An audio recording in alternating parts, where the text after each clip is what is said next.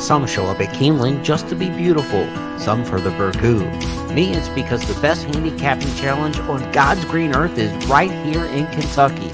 Star horses come from Florida, California, and New York, Arkansas, and Louisiana, all to what undoubtedly is the greatest horse racing melting pot in America.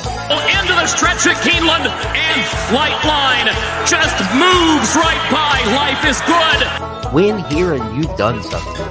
Love what you do and you'll never work a day in your life. That's Keeneland. Now, let's get handicapping. And good Friday night, everybody, and a blessed Good Friday to you, from my family to yours on this Easter weekend. Happy Easter wishes.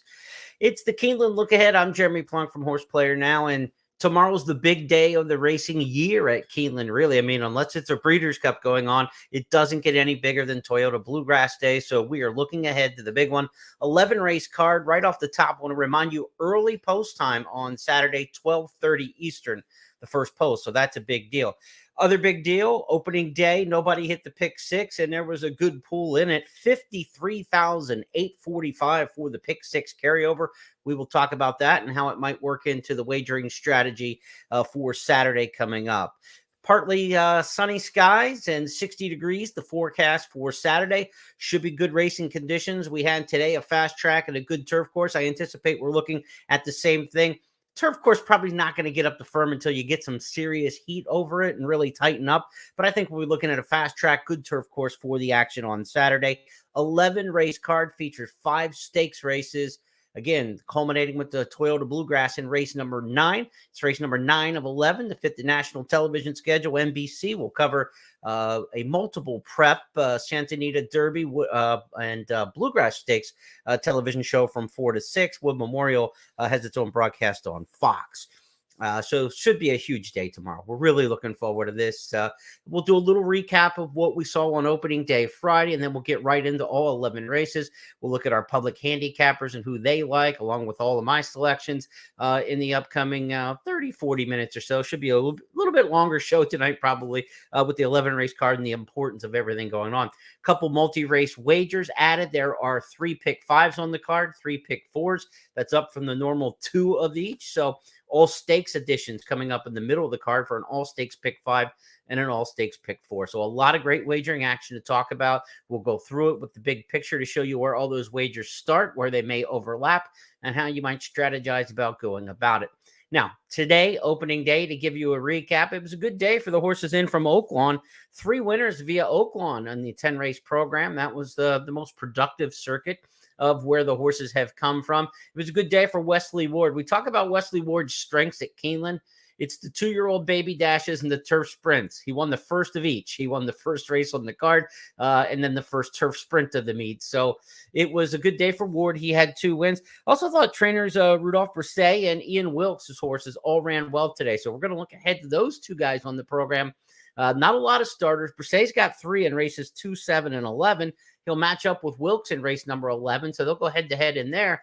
But these are 2 barns you want to watch here as we get into week 2, week 3, week 4 of the meet. Their horses look like they were pretty live on opening day, running right out of the gate. Now, I'll tell you this, one handicapper who was live, I had an okay day. Tom Leach had a great day. 5 picks on top for Mr. Leach in the handicapper selectors box, and some nice prices at that. I came in with 3 winners, but they were all chalk, totaled about $15 total in mutual. So nothing to write home about there. None of my key plays clicked on the opening day card. So it's not a good handicapping day for me if I can't get one of my key plays to come in. So we'll try to up the ante a little bit, do better on the Saturday program. But Tom Leach, the hot hand to hold on to, I think, after the opening day program. Now, favorites won 2 of 10. It wasn't like it was a chalk fest, but there was only one winner above 6-1, and that came in the Central Bank Ashland Stakes, a 20-1 upset. We're going to give you a chance to take a look at that big win. Kenny McPeak pulls the upset in the Ashland Stakes with defining purpose. Let's see how she beat Wonder Wheel, last year's Breeders' Cup champion, and more.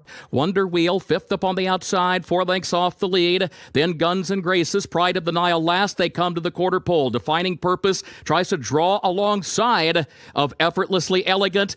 Now Punch Bowl seeks running room, changing lanes toward the outside. Julia Shining is right there with her. Wonder Wheel is a wide fifth, 3 from the front. Defining Purpose has the lead. Into the final furlong, Central Bank Ashland. Julia Shining is contesting second with Punch Bowl. Defining Purpose in front by 2.5 lengths. Defining Purpose chased all the way to the line. Defining Purpose has pulled a 20-1 upset in the Central Bank Ashland for Brian Hernandez Jr. Can't say I had that one, but I can tell you last night we hinted about the possibility of such a thing in the Ashland Stakes because the history told us that, this race had 3 big bombs in the last 8 years since going back to the dirt, a 22-1 winner, a 30-1 winner, a 52-1 winner, and a 20-1 winner again to the Ashland. And one of the things they all had in common was front speed. Speed tends to win this race. Up front, it was a really impressive performance, surprising performance by Defining Purpose. And what that tells me, Defining Purpose winning the Ashland Stakes, is that Wet Paint, the filly who just handled her easily twice down at Oaklawn, is going to be all kinds of tough when we get to the Kentucky Oaks. Wet Paint may have been the winner today in the Ashland Stakes. I mean, not to get the purse money, but when you talk about the what ifs, Wet Paint now looks extremely strong going into the Kentucky Oaks because she just ran the table down at Oaklawn in their 3 stakes races, including the Fantasy. This horse was getting away from her, and she was able to beat last year's Breeders' Cup champion. She was able to beat a good field in today's Ashland Stakes. Brad Cox had the runner-up in there. Punch Bowl that a lot of people had high tidings for. This is really a solid endorsement of the form of Wet Paint from Oaklawn. As you look ahead to the Kentucky Oaks, I think that's one of the big takeaways there. So that's where we are as we get set to turn stakes day number 2 of the meet. Big stakes days start off the meet here at Keeneland. Then we get into more of the Kentucky circuit as we get into weeks 2, 3, and 4. But these first 2 days are loaded with stakes races, 8 of them in all. We have 3 on Friday. We get 5 of them on Saturday. Okay, let's go to the big picture now and tell you what we're looking at for this Saturday card, where the big wagers are going to start and where they're going to overlap, because there is some serious overlap here. In race number 1, the pick 5 is going to start. In race number 2, the early pick 4 will start. That's normal. We're used to seeing that. Now, the pick 6 is typically the final 6 races on the card, but they wanted it to be part of the all stakes program. So the stakes races 5 through 9, will get a little boost, if you will, through the pick 6 starting in race number 4. So you're going to have race number 4, and then the 5 stakes races are going to make up the pick 6. We told you about that $53,000. It's a typo there. Should be a $53,000 carryover in the pick 6. So, you're going to be interested in maybe taking a look at that pick 6 only because there's a carryover, because there are stakes races. And I got a little bit of a chalky forecast today in some of those pick 6 races. So how do we make value out of it? We string them together like a parlay. So it may be a day, if you're not a pick 6 player, to even consider putting together a little bit of action in there. But if you're not a pick 6 player and you're not going to play a significant, a ticket that has, a decent amount of options to it, then you don't want to go crazy. The pick 6 is a difficult wager to take down. So you still want to stay with your fundamentals. Race 5 is going to start a all stakes pick 5. So you see races 1 through 5. The pick 4 is going to overlap. Races 2 through 5 is going to get to the 5th. The 1 through 5 is going to get the 5th. So race number 5 on the card will be part of the early pick 5, the early pick 4, the pick 6, and start a pick 5. That's 4 major wagers that run through race number 5. I think you want to put a little extra handicapping thought into that one. And we will see in the Commonwealth Stakes when we get to that race, do we have a horse we like? We do. So that's one that we can swing maybe the early and late multi-race wagers through that race number 5. It's going to end a lot of the early wagers, and it's going to start some of the later wagers. To the back half of the card, the Keeneland Turf Pick 3, denoted in green, will be on races 6, 8, and 11.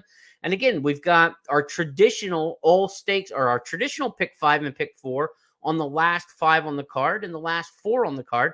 That's starting in races 7 and 8. But race 6 is going to throw another pick 4 at us because there's 4 consecutive stakes races. So we get an all stakes pick 5, an all stakes pick 4, and then the late versions of those. So if it sounds like a lot and there's a lot overlapping, there really is, because you could be playing a pick 5 that starts in race number 5, and it's going to include a lot of the same races that are in the late pick 4 and in the late pick 5. So get a sense on the back half of this program of the horses you like. And if you've got 2 or 3 of them that are kind of clumped within a race, or 2 or 3 of each other, you might be looking at 2 singles for a pick 4 or a pick 5 in that case, because there's a lot of overlapping legs today. So really keep the wagering format in mind, how you can take advantage of that on Saturday's card. Okay, let's get handicapping here. We're going to start off in the opening race, and I'll give you a look at the handicapper selectors box. This is directly from Keeneland.com. Go download it yourself, print it out if you want. Take a look at it on your phone or your computer or any device, but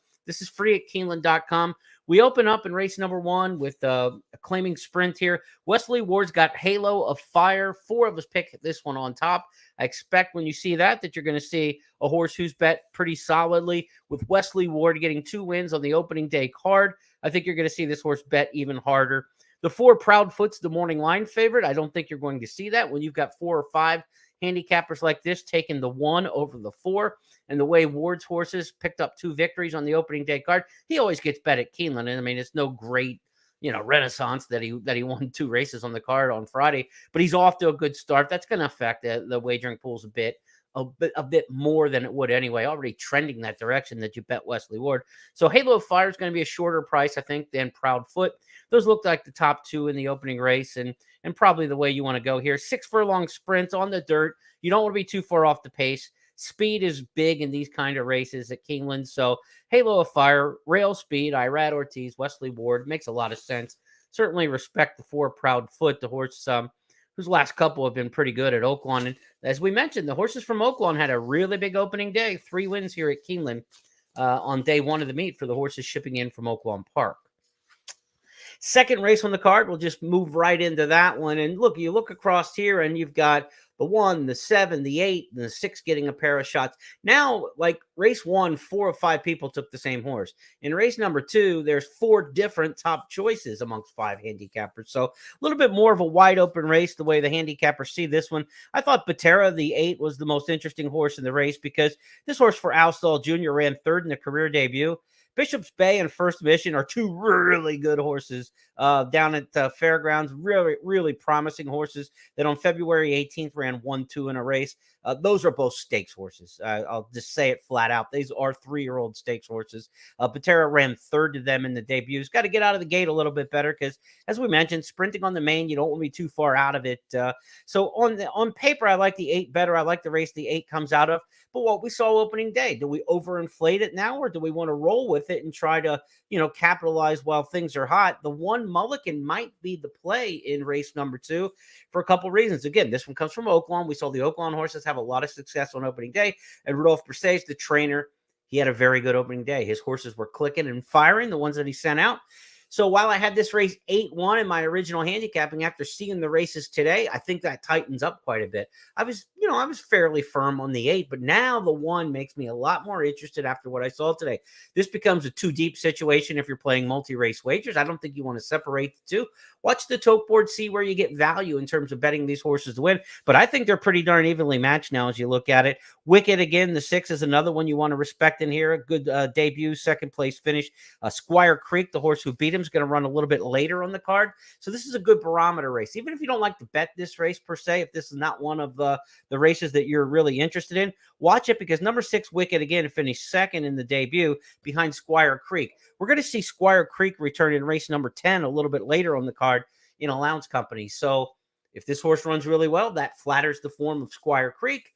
If this horse, Wicked, again, doesn't run well, maybe you say, well, maybe the race wasn't as strong as I thought, and maybe you downgrade Squire Creek a little bit. So a good telltale barometer, as I like to call it, race here in race number 2. And that's because, again, it's going to start the early pick 4. I think you probably want to use 3 in there. 8, 1, and 6 all have a legitimate shot. I did not use any of the first-time starters. We talked about this stat last night, but first-time starters have only won 4 of the 27 races that we've had here at Keeneland in spring meets for 7 furlong maiden specials for these 3-year-olds. So this is what we have. It's 27 races. 23 of them have won by horses with experience. So I go against the first-time starters in this spot. Doesn't mean they can't win, but if I'm going to put my wagering dollar on on what's more likely to happen, I'm going to take a shot against the first-time starters. Labar in here for Todd Pletcher's obviously a first-time starter who's going to get bet. Equivoque, the outside horse, also a first-timer for Pletcher. Not an easy spot. Kenny McPeak's got a first-time starter, just a photo there in race number 2. But again, the experience has ruled in these races over the past, 7-8 years since we've been back on the dirt. So I'm going to play the trends in this one and go with the experienced horses. If the firsters beat me, so be it.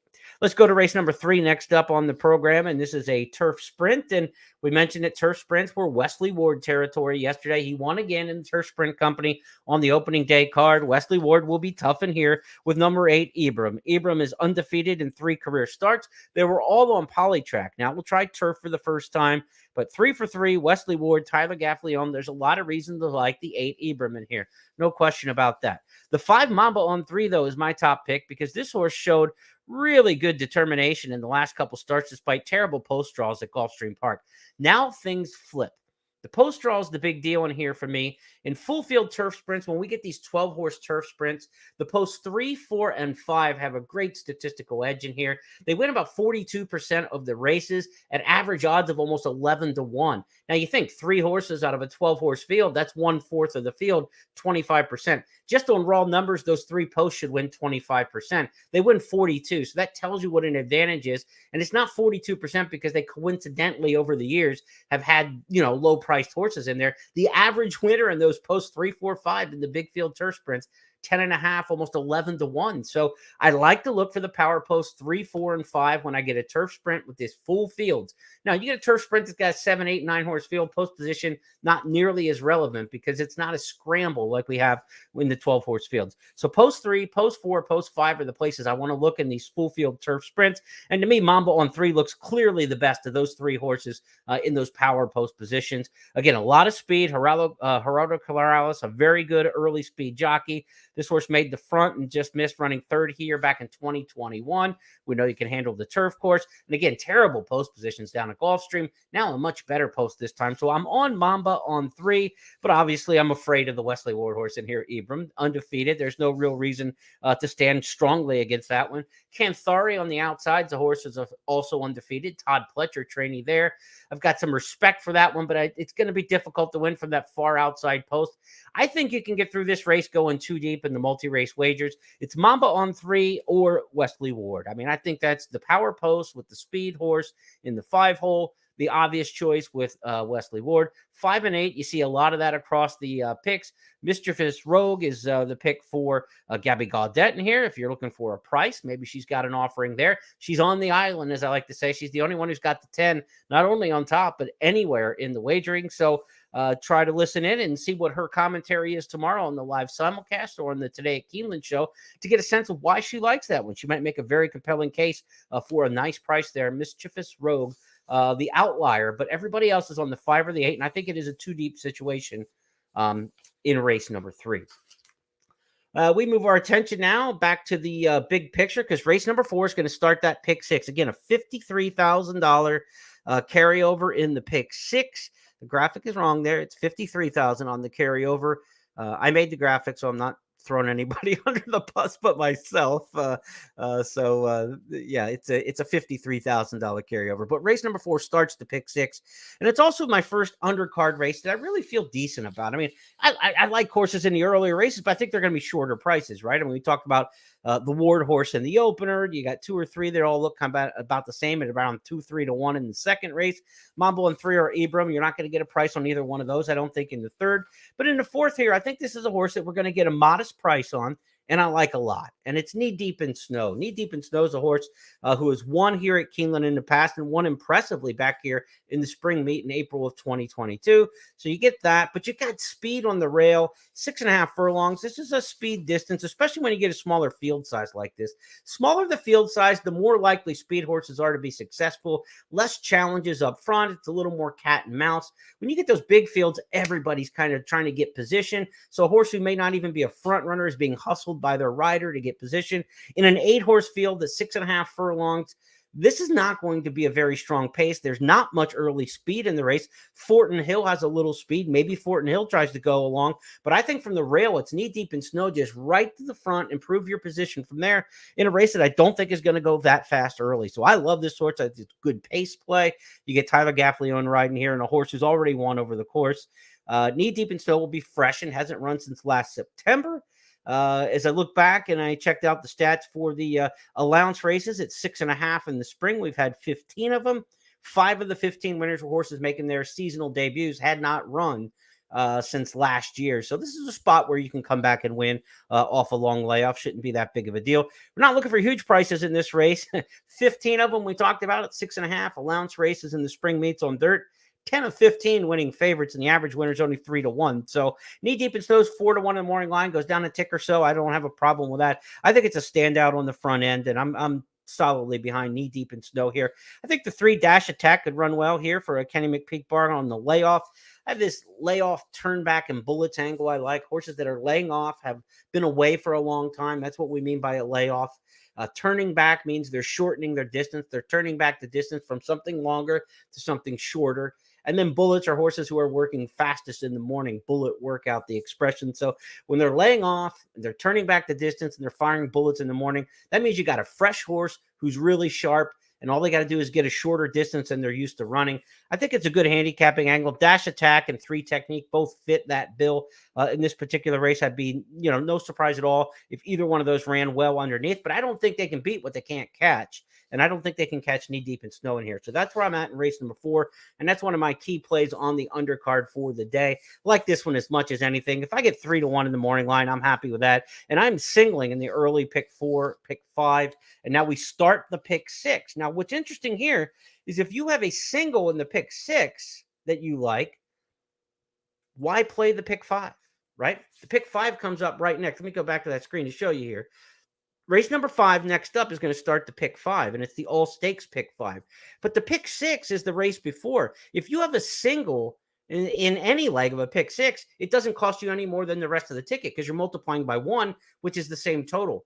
So while the all stakes pick 5 will be tempting to everybody, the pick 6 is really the play on Saturday because I've got a single in there, right? So it's going to cost me the exact same amount to play the pick 6 as it would the pick 5. I know there's a $1 minimum for the pick 6 versus a 50-cent minimum, but as far as the number of combinations, it's the exact same amount to play the pick 6 versus the pick 5. And there's the $53,000 carryover. Now, the carryover is important because that money's already been bet. Somebody else, I didn't play the pick 6 today.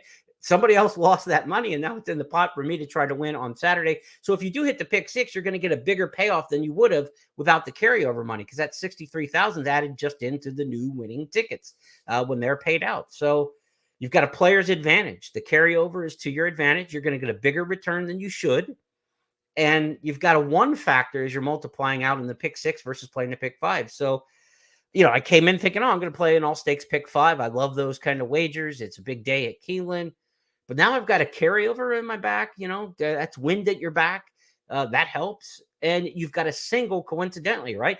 I didn't make the race order, but the horse I like most on the undercard happens to be in the 4th race to start the pick 6. So no sense for me to get into the all stakes pick 5 unless I get knocked out, right? If knee deep in snow doesn't win the 4th, then I can come back and bet the pick 5 if I want to. But my approach then should be to go after the pick 6 for the same amount and for an added bonus of that $53,000 carryover. So I'm going in to the all stakes pick 5 sequence already, hopefully loaded up with knee deep in snow.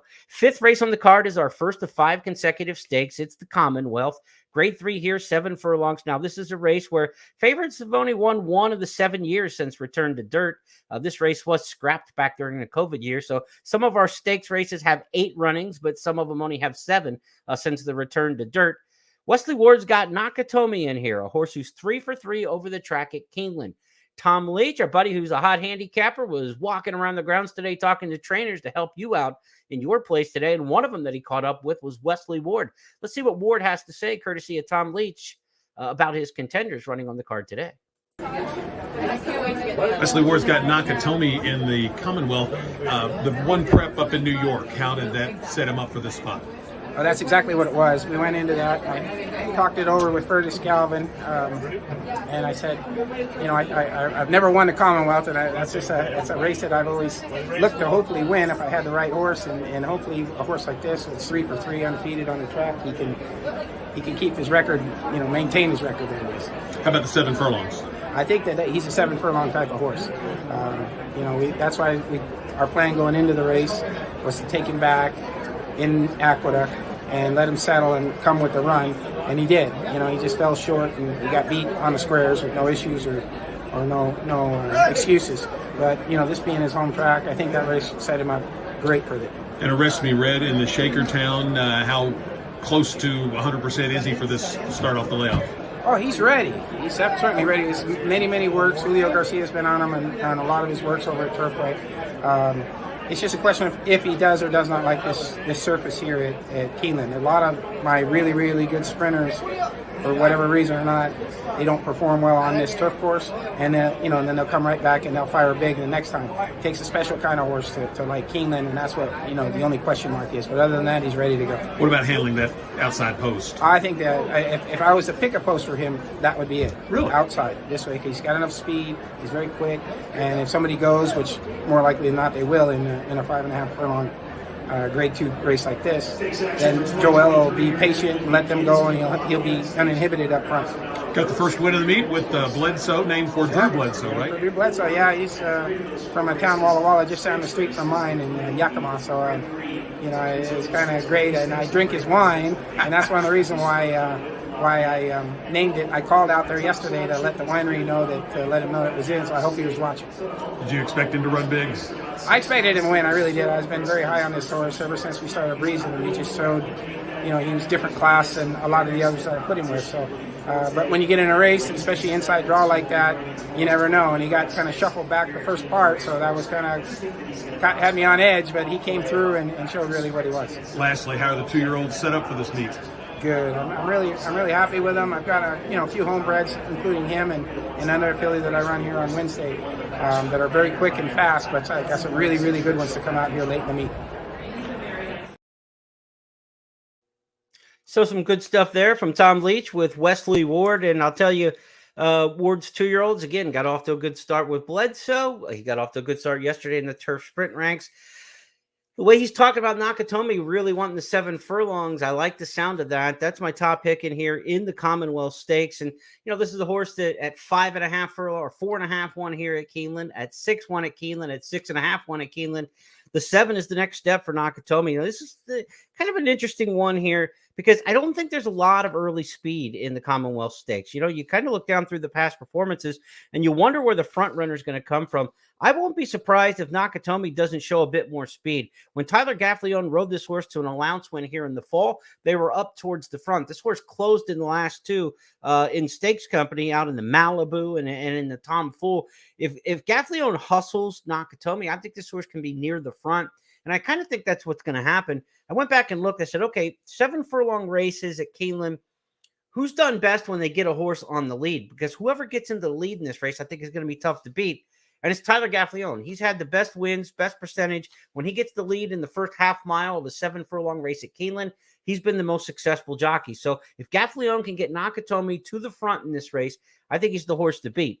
Now, if the pace comes back and horses from off the pace have a bigger shot, Get Her Numbers, obviously a horse that you want to consider in here. And one that I'm really interested in is Run Classic. I'm going to go back to the handicappers selection box here because you will see that Run Classic is the pick of Scott Hazelton, of Tom Leach, of Gabby Gaudette, of Kim Nelson, and I've got him nowhere. So I start to wonder, what the hell did I miss here, right? We all looked at the same paper.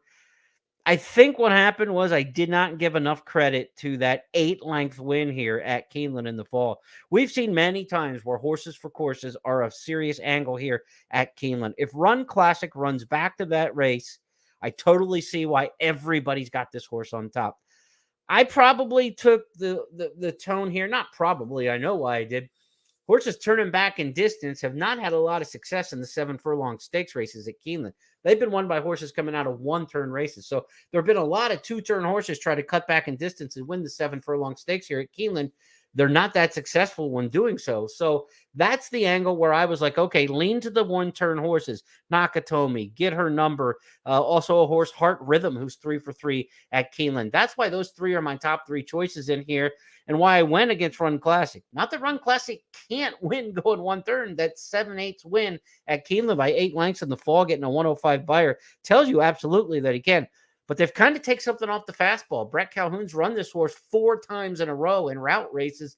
Whole different ball game. 2 lead changes. They go into the turn and turn left. They go into the second turn, turn left again. Then into the stretch. You know, all the lead changes that go into a horse's cadence when they're running around 2 turns, different than when they just run the 1-turn races. So, you know, Run Classic's going to have to do something a little bit different. Those horses haven't been that successful, turning back from 2 turns to 1 here in Keeneland 7 furlong stakes races. But I get it. I'm against the grain on this one. And we will see what Run Classic does. But if he runs back to that race in the fall, they're probably all running for second. I don't think Nakatomi can run a race that fast. I don't think Got Her Number can run a race that fast. But I don't know if Run Classic can run a race that fast anymore after going 4 straight route races. The whole different training game and regiment and the way they're prepared. So I'll take my chances in here. But I think Nakatomi's the horse to beat. Get Her Number. Heart Rhythm, if you want to throw the 7 in there as well. I can see you going 4 deep in here in the all stakes pick 5. Again, in the 6th race or the 5th race, it's the all stakes pick 5 that kicks off in race number 5. I am dawdling on the clock here tonight, so I'll pick up the pace here a little bit over the second half. Hopefully you're enjoying the information and the conversation, but we want to get things moving a little bit here. Let's go to the 6th.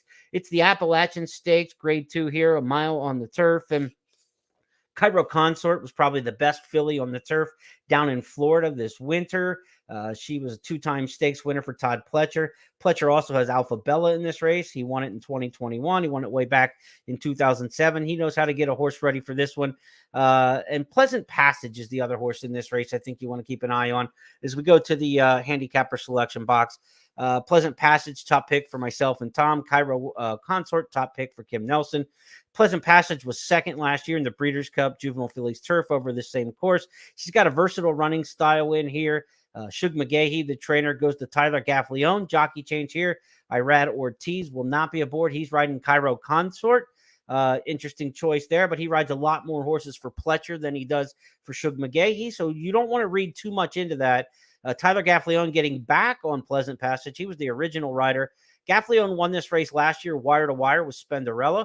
There's not a lot of early speed in the race. Typically, the Appalachian has been won by horses near the front. The last 8 winners, the average is 1 length off the pace after the opening half mile. You want to be up near the pace in here. Who's going to be up near the pace? There's not a horse that really stands out to show speed in here, but this horse did win the Miss Grillo on the front end, Pleasant Passage. And again, since Gaffleone won this race last year in front-running fashion with Spenderella, he might try to employ the same kind of tactics again. That's why I've got Pleasant Passage on top in here. Well Into's got a little bit of speed, and so that's one I thought might show some speed from the outside gate.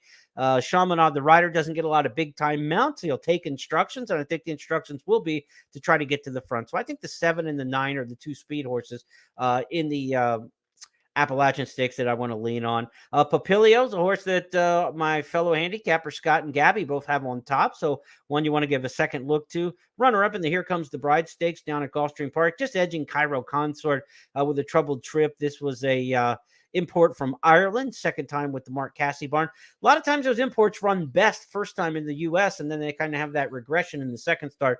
But if Papilio moves forward off of that race, certainly a major winning contender. But I'm going to try to get by probably 2, maybe 3 deep with Cairo Consort. But Pleasant Passage, the horse I like best in there. 7, 9, 3, the trio that I'll use.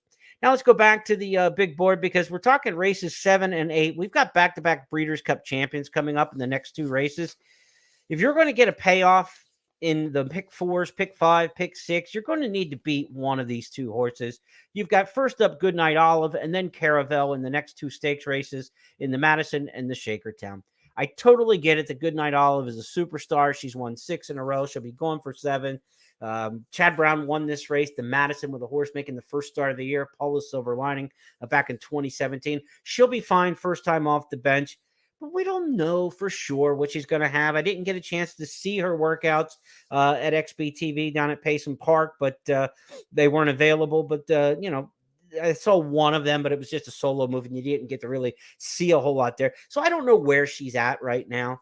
If you can beat her, you've got a chance to really blow up this ticket. And that's maybe the chance to take a little bit of a wise guy horse, if you will. Ujiri is one that I'm going to give a shot to in here. I think Goodnight Olive is probably the most not probably the most likely winner. Of course, she's the most likely winner, but I'm going to give Ujiri a shot because I think she's going to be in front of her the whole way.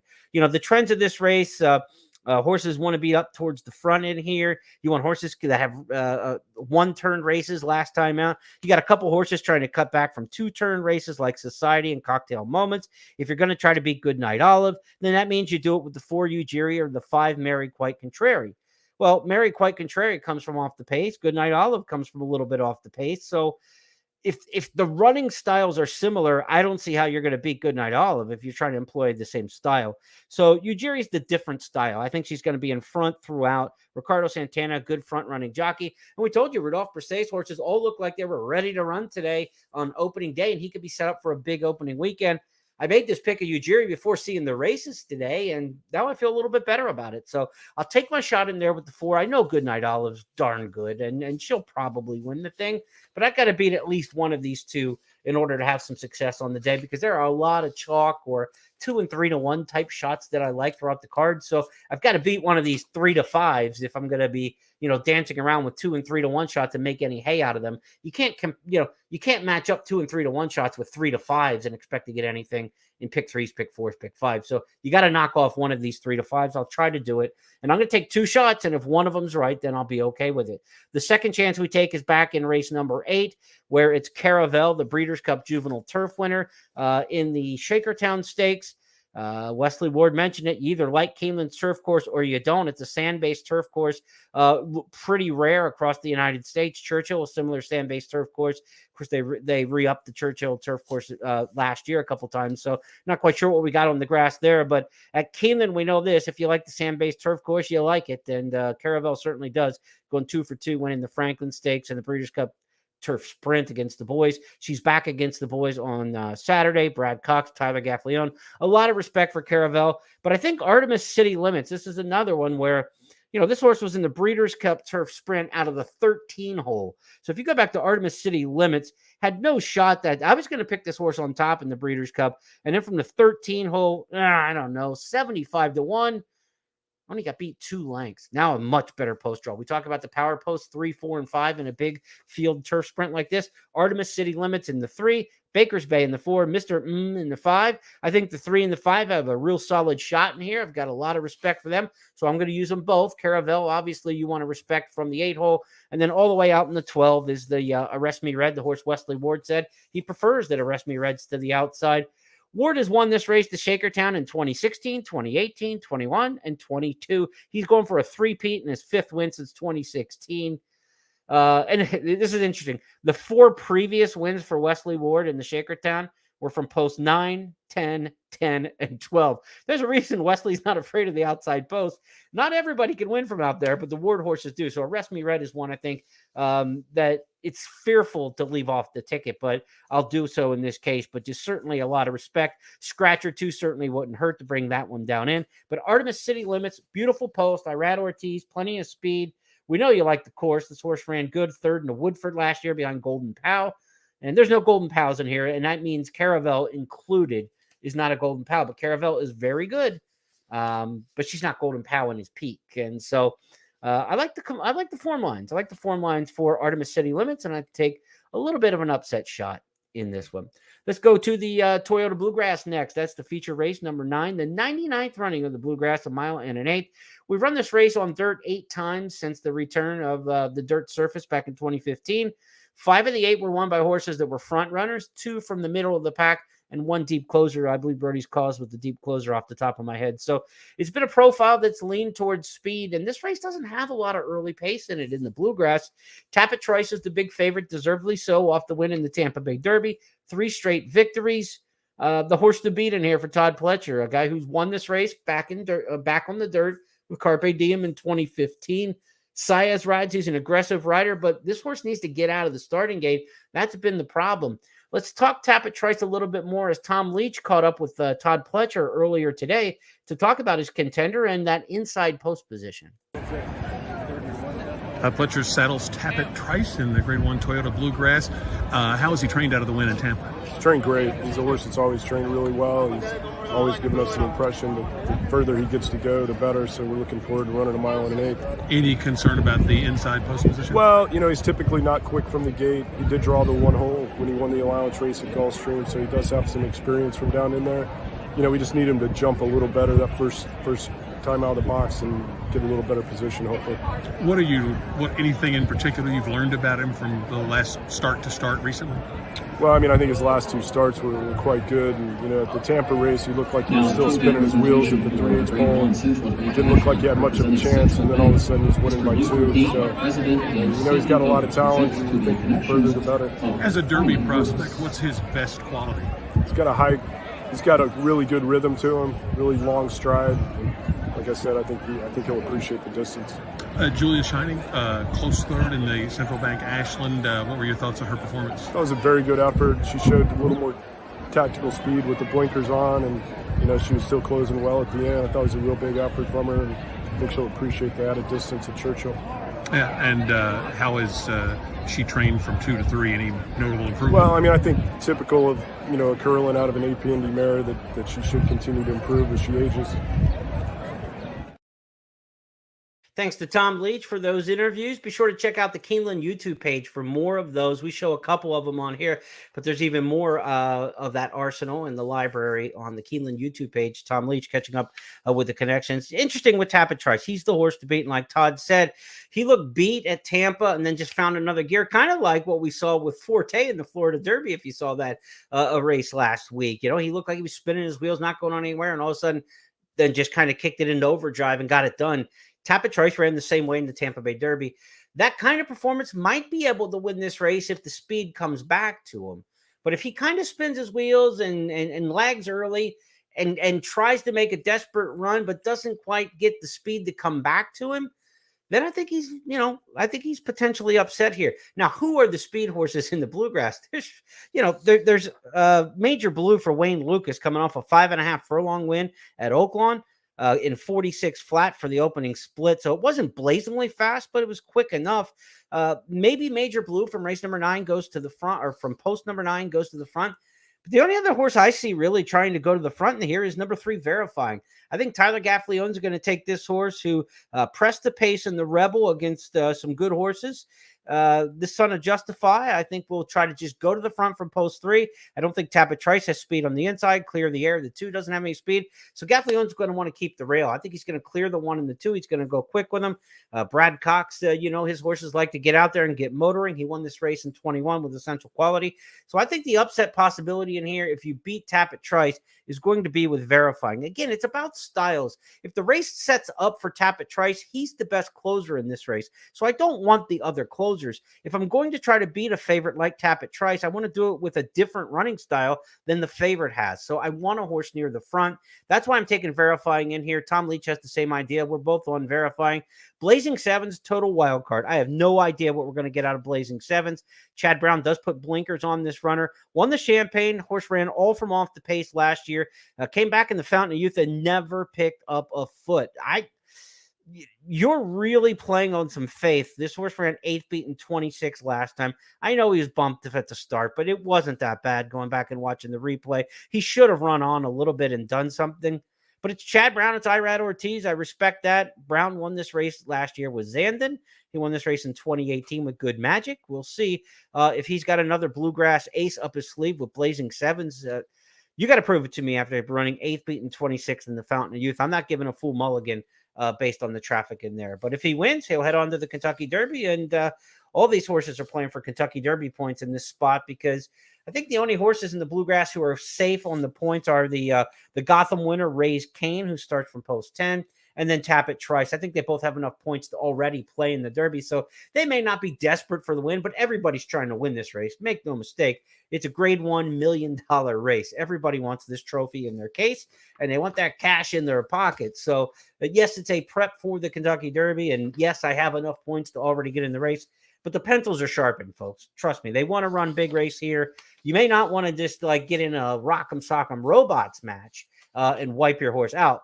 but they will be primed to run their best races, even those who already have the qualifying points. It's verifying Tapit Trice to me. It's an either or. I don't see anybody else on the win end. Sun Thunder, a really nice closer from off the pace, but this isn't going to be a fast-paced race. I think he can get up for third or fourth, and maybe a horse you want to watch in the Kentucky Derby. Sun Thunder would get into the race with a top 3 or 4 finish on points, and he'd be a horse who would like a mile and a quarter. But for me, it's all about verifying up front. Tapit Trice from off the pace. It's a too deep situation in the Toyota Bluegrass. Let's go to our big picture and show you that races 10 and 11 on the card are the last two that we'll look at. The Keeneland Turf Pick 3 will be on race number 11. 10th on the card looks like just an obvious favorite in here, and I think we're almost all in agreement. Squire Creek, top pick in here. Debut winner by 6 for Brad Cox. Now, again, we mentioned Wicked Again runs earlier on the card in race number 2. Squire Creek beat Wicked Again by 6 in that career debut. If Wicked Again comes back and runs a good one in race number 2, it makes Squire Creek look all the better. If Wicked Again runs terribly, then maybe you look at Squire Creek and say maybe he's not as far ahead of the rest of the pack as some of the others in here, and maybe you kind of bring some of the other ones in closer to them in your estimation. Gilcrease, the 2 you want to watch, the 4 Blue Light. I see nothing creative in here. There are 3 horses from the fairgrounds, all ran really nice races in quick times. The 1, the 2, and the 4, I can't see it going any other way. And if you look at the other public handicappers, almost everybody's got this race, some form of 1, 2, and 4, and you're probably singling Squire Creek in here, and I would not argue with that unless Wicked Again runs really bad in race number 2, then maybe you don't single Squire Creek. But if Wicked Again runs a representative race, runs pretty well coming back, then I would think that that's a legitimate performance by Squire Creek in the debut, and you just single that one and move on. We will move on to the 11th and final race on the card, a mile and an eighth on the turf here, and I'm going with the Operation Torch in here. This is a horse for Shug McGahee. I like horses that come off of turf races, the Gulfstream turf races, coming off a longer distance, 2-turn routes. There's a lot of horses in this race making surface changes. That has not been successful in mile and an eighth maiden special weights on the turf here at Keeneland. These are usually turf horses and turf horses that have run long on the grass in their most recent start. There aren't that many horses in this race that have run long on the turf last out. I mean, you're looking at the 1 Mondego, the 2 Wim Hof, and the 3 Operation Torch. And the rest of these horses are making surface changes or stretching out in distance. It's just kind of down to the 1, 2, 3 to me. And I'll just play that angle. The 6, he's got Swagger, is a horse who comes in from Fairgrounds, did run long on the turf last time, but on the Fairground circuit, Kenny McPeak had the big upset opening day here. Maybe his horses are going to come out winging. He's got Swagger, the other one in there, beyond the Gulfstream horses. But I prefer the Gulfstream turf horses this time of year at Keeneland. So I'm going to take Operation Torch on top. I would use, all of those in there and maybe throw the 6 in as well. 1, 2, 3, and 6. You could go 4 deep in here because you're likely singling Squire Creek. You're likely going 2 deep in the Bluegrass. I don't think you go more than maybe 3 deep or so, 4 deep in the 8th race. And then you got Ujiri, Goodnight Olive. As you can see, we're not going super deep in a lot of these races. So you can get involved in the pick 4s, the pick 5s, and that carryover, $53,000 carryover pick 6 without spending a ton of money. I don't see these as like 7 by 7 by 7 kind of tickets, where the price really ratchets through the roof. So that's my look at the 11 race card. Sorry, we went a little bit long here tonight, but looking forward to an 11 race program that gets underway at 12:30 Eastern, earlier start time, half hour sooner tomorrow for the big day at Keeneland. If you can't catch the Keeneland Look Ahead each night live at 8:30 on YouTube or on Twitter, be sure to check out those 2 locations for the replay of the show. That'll be available immediately after. So even if you want to take a look at these on the day of as you're handicapping and getting set for a day's races, they'll already be there and banked and archived for you.